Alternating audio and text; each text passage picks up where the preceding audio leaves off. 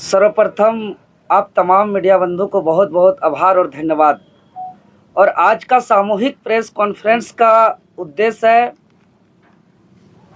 JPSC द्वारा जारी 11वीं से 13वीं सिविल सेवा परीक्षाफल में हुई त्रुटि को लेकर के संपूर्ण झारखंड प्रदेश से जो शिकायतें हमारे पास आई, उसके बाद हम लोग ने उसका गहन रिसर्च किया, अध्ययन किया और तब जाकर के पाया कि जेपीएससी हमेशा की तरह जो रिकॉर्ड तोड़ नए नए तरीके से गड़बड़ी करती है।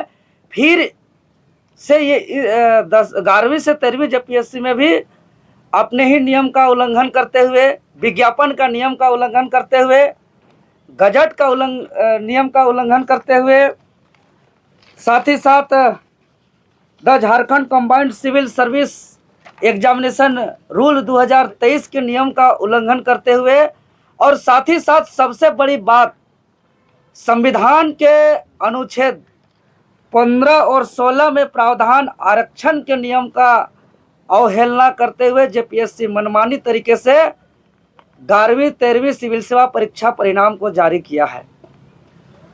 तो आज के प्रेस कॉन्फ्रेंस के माध्यम से हम सरकार को और आयोग को अवगत कराना चाहते हैं कि हर बार की तरह सेटिंग गेटिंग करके अपने ही दमादों को, भाई भैयादों को, भतीजा भाइयों को अंदर करने का सिलसिला को बंद किया जाए। जमाना बदल चुका है, अब हम लोग आ गए हैं, डिजिटल जमाना आ गया है, ईडी का जमाना आ गया है। अब वो जमाना चला गया पहली दूसरी जेपीएससी की तरह कि सीबीआई जांच के द्वारा चार्जशीट फाइल होने के बावजूद जमानत पर यहाँ के अधिकारी पदाधिकारी कार्य में हैं। वो जमाना चला गया, अब जमाना बदल चुका है। जैसा कि आप लोग जानते हैं, विज्ञापन संख्या 1/2024 का पीटी परीक्षा के 11 महीना के बाद लंबे संघर्ष के परिणाम स्वरूप आंदोलन के बाद 20 मई 2025 को मुख्य परीक्षा परिणाम प्रकाशन हुआ। हम लोग ने मांगा था रिजल्ट प्रकाशन को लेकर के, लेकिन हम लोग ने कभी ये नहीं कहा है कि चोरी रिजल्ट जारी करिए। रिजल्ट चौंकाने वाला हम बताना चाहेंगे, मेंस मुख्य परीक्षा का जो रिजल्ट है, इस रिजल्ट को अगर पलटिएगा तो देखिएगा कि लग रहा है कि ये मेंस रिजल्ट ये है, पीटी रिजल्ट ये है। दोनों का हम नियम बताएंगे, दोनों का हम रिजल्ट प्रकाशन भी आयोग का आधिकारिक रूप से जो नोटिस जारी किया गया है हम उसका बताएंगे। पहले हम मेंस रिजल्ट दिखाते हैं। मेंस रिजल्ट देखिएगा तो मैट्रिक इंटर की तरह लगातार रोल नंबर है, और रोल नंबर अंतिम हो गया, रिजल्ट खत्म हो गया। किसका क्या मार्क्स है, किस कैटेगरी का कितना कटअप गया है, किस कैटेगरी से कितना सिलेक्शन हुआ है, सब कुछ अंधकार में रखा हुआ है। कोई पारदर्शिता नहीं, किसको समझ में नहीं आ रहा है, सिलेक्शन हुआ है उसको भी समझ में नहीं आ रहा है कि मेरा रैंक क्या है, फेल हुआ है उसको समझ में नहीं आ रहा है कि हम कितना मार्क्स से फेल हुए हैं। अगर हम बात करें पीटी रिजल्ट का, तो पीटी रिजल्ट के बाद रिजल्ट के साथ ही जब अंतिम पेज में देखिएगा तो इसका कटअप जारी है।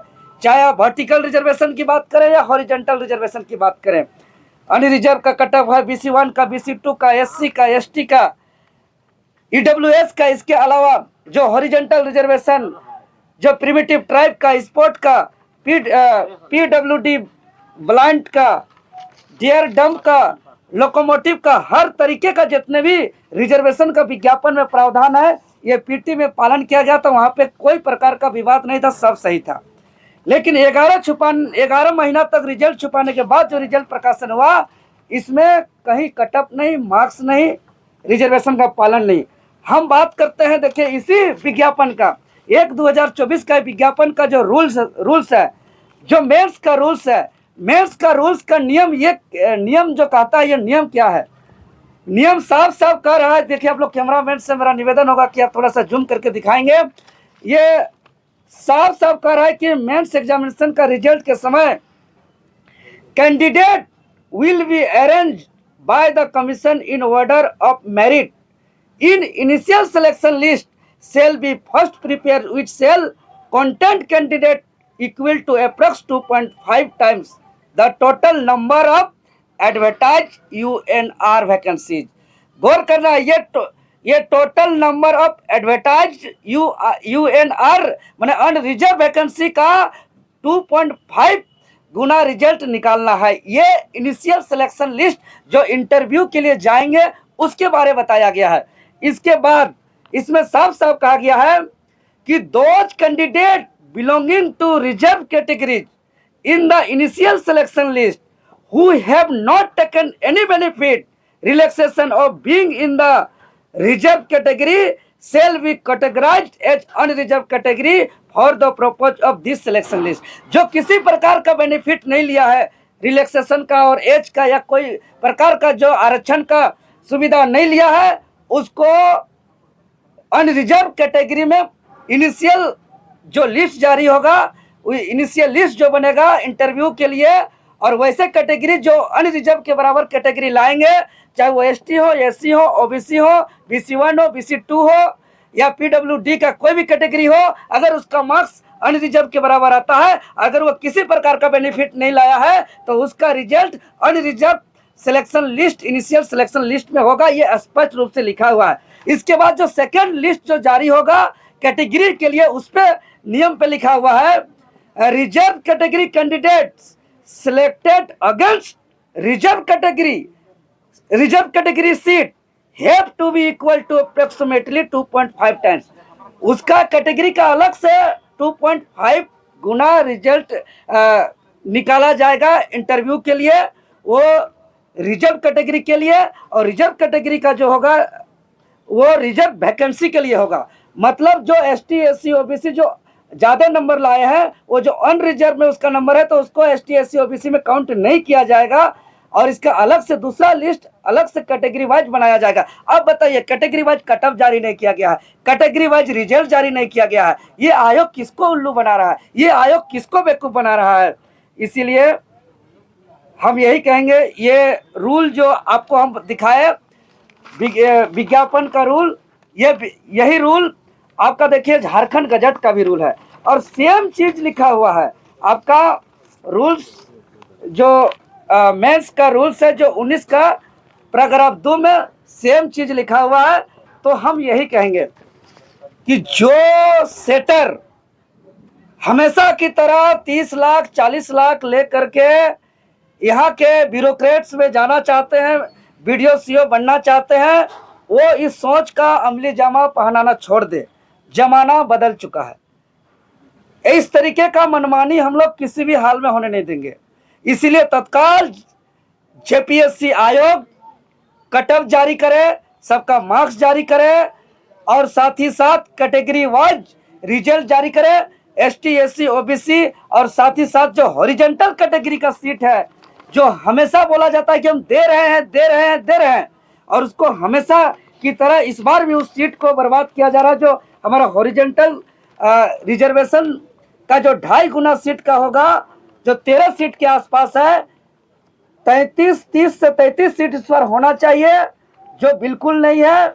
और लंबी लड़ाई के बाद पिछली बार जो हाईकोर्ट से 10 साल लड़ने के बाद जो हाईकोर्ट से एक फैसला आया है, वो फैसला हम आप लोग को कैमरा के समक्ष दिखाना चाहेंगे।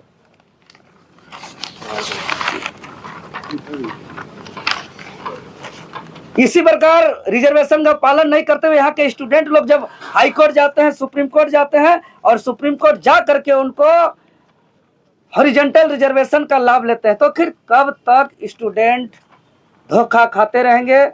ये आयोग कब सुधरेगा? और इस आयोग JPSC राज्य की सबसे बड़ी नियुक्ति संस्था है, तो इसको पारदर्शिता होना ही चाहिए, इसमें ट्रांसपेरेंस होना ही चाहिए। ये रिजल्ट को छुपा करके अगर इस तरीके से अंधकार में रख करके इसको आगे बढ़ाएगा, तो आज हम दावे के साथ हम बोल रहे हैं, जिस दिन इंटरव्यू के बाद फाइनल सिलेक्शन लिस्ट होगा, उस दिन सिर्फ और सिर्फ राजस्थान के, हरियाणा के, दिल्ली के, यूपी के, बिहार के और अन्य राज्य के छात्र यहाँ फाइनल सिलेक्शन होगा। आप चारों तरफ झांक के देख लीजिए, जो भी तैयारी करने वाले छात्र हैं, पूरे झारखंड प्रदेश के जितने भी स्टूडेंट पिछला 3 JPSC में जो इंटरव्यू तक पहुंचे हैं, वैसे स्टूडेंट इस बार मेंस एग्जाम में उन लोग को बाहर कर दिया गया है, और फाइनल सिलेक्शन लिस्ट में मेरा बात सच साबित होते हुए देखने को मिलेगा। तो हम आयोग को और सरकार को चेतावनी देते हैं कि उसको सुधार किया जाए, और अगर सुधार नहीं किया जाता है तो हम लोग रणनीति तैयार करके हम लोग बहुत बड़ा आंदोलन का घोषणा करने वाले हैं। और इसको लेकर के हम लोग महामहिम राज्यपाल जी के पास जाएंगे, आयोग के पास जाएंगे, झारखंड सरकार के पास जाएंगे और अन्यथा हम लोग का फिर से आंदोलन होगा। क्योंकि यह और दायित्व और कर्तव्य बन जाता है, क्योंकि राज्य के तमाम आम आवाम को और युवाओं को मालूम है कि यह हम लोग के मांगने से रिजल्ट जारी हुआ है। अगर हम लोग के मांगने के परिणाम स्वरूप रिजल्ट प्रकाशन हुआ है और उस रिजल्ट में अगर गड़बड़ी है तो हम लोग का ज्यादा दायित्व बनता है कि इस गड़बड़ी रिजल्ट को सुधार करने में और इस गड़बड़ी रिजल्ट के खिलाफ रणनीति बना करके आंदोलन करने का।